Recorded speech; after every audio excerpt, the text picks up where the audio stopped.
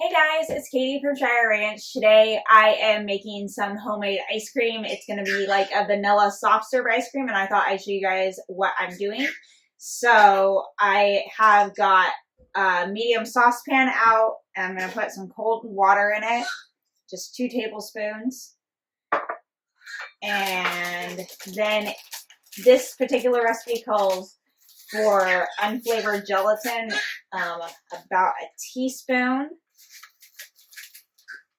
So that's like basically half a package.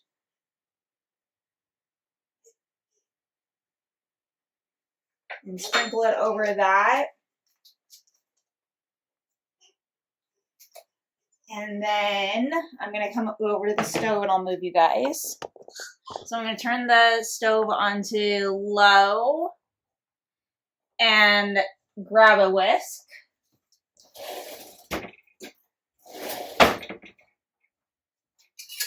And I'm just going to stir this till the gelatin dissolves, which really doesn't take that long. Okay, so the next thing that the recipe calls for is milk. So use whole milk, 2 cups of it. And it says to gradually stir it in. So I'm going to gradually stir it in.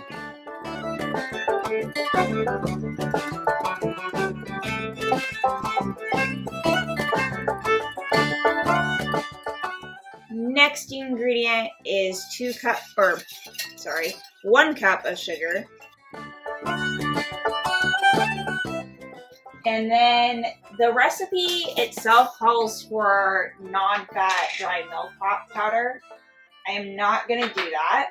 I am going to instead try doing cornstarch.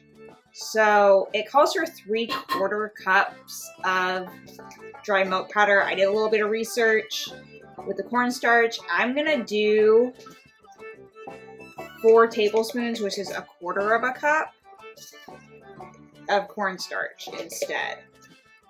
And my understanding is the dry milk powder or cornstarch just kind of acts as a binder to help prevent formation of lots of ice crystals. We got that. So the next thing is our heavy whipping cream. And we're going to do equal parts of that to the milk, so 2 cups of heavy cream.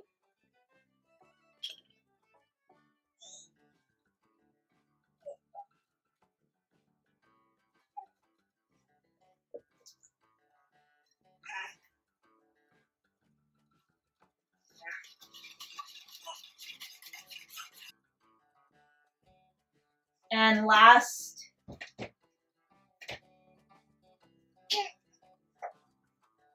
is a tablespoon, and actually I'm going to do 2 tablespoons of vanilla. Okay, I'm going to stir that all together.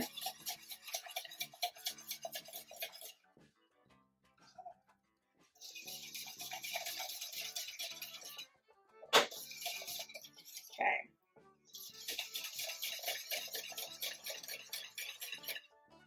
So the recipe is unclear that I'm basing this around if I'm supposed to chill this next or put it directly into the ice cream maker.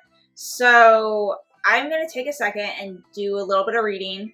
And because the first time I did put it directly in the ice cream mixer and it turned out fine, I want to see if it's going to turn out better if I chilled it a bit more before I put it in. Okay, I did a little bit more research, and it doesn't seem like it really matters, but for the best results, I am going to put this into a 1/2 gallon jar, throw it in the fridge, and come back in a few hours, and I will show you how we're going to make the ice cream.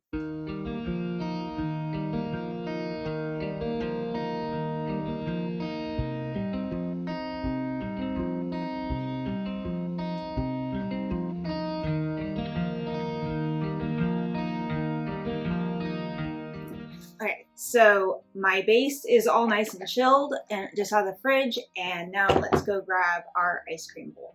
All right, so I am using the ice cream bowl for my KitchenAid mixer. And let's put it onto the actual mixer.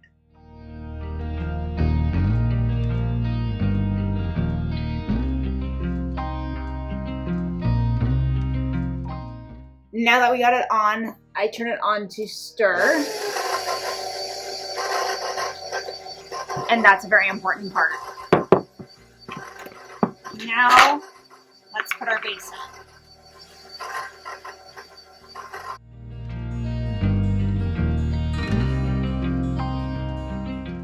in. Now we're gonna let that churn for 20 to 30 minutes. And then we'll come back and add our mix-ins.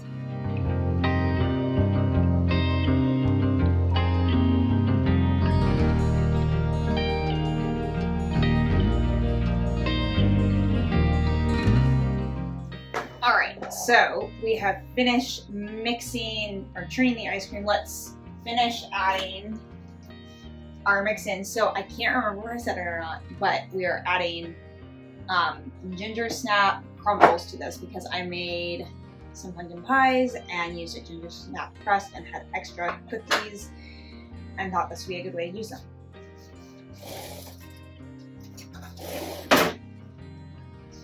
So fish out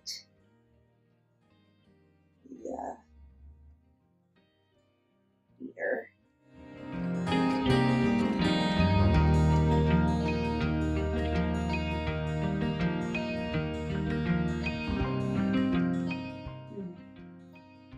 That's good.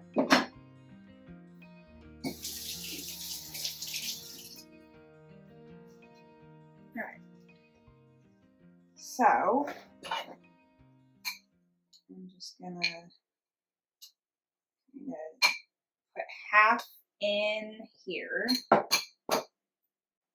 just gonna fold it in. So I'm using I think it's a pint and a half, maybe quart and a half, pint and a half. I think it's a quart and a half. Ice cream container, and I'm gonna scoop it in.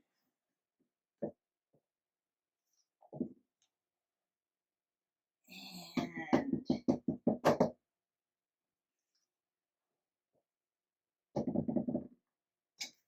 get one layer in and add some more.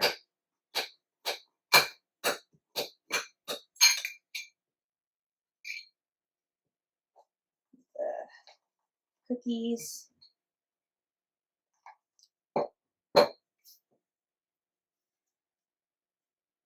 Another layer.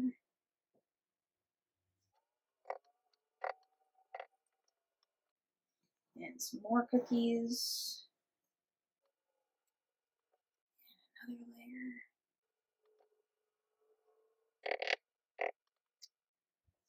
And just for fun, we'll do one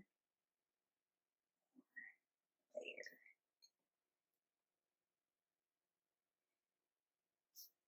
Okay, that got most of it. I'm gonna grab another container for the rest.